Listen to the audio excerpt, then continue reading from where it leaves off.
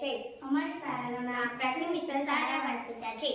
તાલુકો જંબુસર, જિલ્લો ભરૂચ. વિકસિત ભારત બિલથોન 2025 સમૃદ્ધ ભારત અંતર્ગત અમે પ્રોજેક્ટ રજૂ કર્યો છે. અમારા પ્રોજેક્ટનું નામ eco friendly garden with green energy છે. અમારા પ્રોજેક્ટનો મુખ્ય હેતુ પર્યાવરણને સુરક્ષિત રાખવું છે. ગ્રીન એનર્જીનો ઉપયોગ કરી વીજળી બચાવી પાણી, માટી અને ઉર્જાનું સંરક્ષણ કરવું તેમજ સમાજ અને બાળકોમાં પર્યાવરણ પ્રત્યે જાગૃતિ લાવી છે. પસ્તાના આજના સમયના પ્રદૂષણ, ગ્લોબલ વોર્મિંગ અને કુદરતી સંસાધનો ખૂબ જ અથત ગંભીર સમસ્યા બની રહી છે. ઇકો ફ્રેન્ડલી ગાર્ડન એવી પદ્ધતિ છે જેમાં કુદરતી ઘટકો, બાળકોના રમવાના સાધનો અને ગ્રીન એનર્જીનો ઉપયોગ થાય છે. આ ગાર્ડન માત્ર ઘરને સુંદર બનાવતું નથી, પરંતુ પર્યાવરણને સુરક્ષિત રાખે છે અને ઉર્જા બચાવે છે.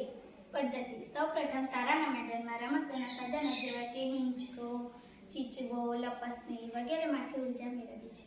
સૌપ્રથમ આપણે લપસણી વિશે જાણીશું. આ એક લપસણી છે. તેની અંદર ગોળ ગોળ પાઇપો આવેલી છે. જ્યારે બાળક લપસણી ખાય છે ત્યારે તે ગોળ ગોળ પાઇપ ફરે છે અને વીજળી ઉત્પન્ન થાય છે.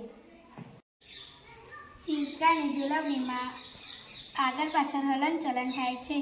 આ ગતિને મેકેનિક એનર્જી કહેવામાં આવે છે. જો હિંચકાની ધરી પર જનરેટર લગાવવામાં આવે તો હિંચકો ઝૂલતી વખતે વીજળી ઉત્પન્ન કરે છે. તો હવે આપણે ચીચવા વિશે જોઈશું. ચીચવો ઉપર નીચે થાય છે, જેને હાઇડ્રોલિક પિસ્ટન સાથે જોડવામાં આવે છે. તેની ગતિથી પણ વીજળી ઉત્પન્ન કરી શકાય છે. હવે આપણે લપસણી વિશે જાણીશું. જ્યારે બાળક લપસણી કરે છે ત્યારે તેમનું વજન અને ઝડપ કાઇનેટિક એનર્જી આપે છે. લપસણી પર બાળક જ્યારે લપસણી કરશે ત્યારે તેના પર મૂકેલ ગોળ પાઇપો ફરશે, જેના દ્વારા પણ વીજળી ઉત્પન્ન કરી શકાશે. ઘર અથવા શાળામાં પૂરતો સૂર્યપ્રકાશ મળી રહે તેવી જગ્યાએ પસંદગી કરી સ્થાનિક છોડ, ફૂલ અને વૃક્ષનું વાવેતર કરવું જોઈએ. ત્યારબાદ સૂર્ય ઉર્જા, પવન ઉર્જા દ્વારા વીજળી મેળવવા માટે સોલર પ્લેટ લગાવી શકાય છે. પાણીનો સંગ્રહ કરવા માટે ટાંકો બનાવો.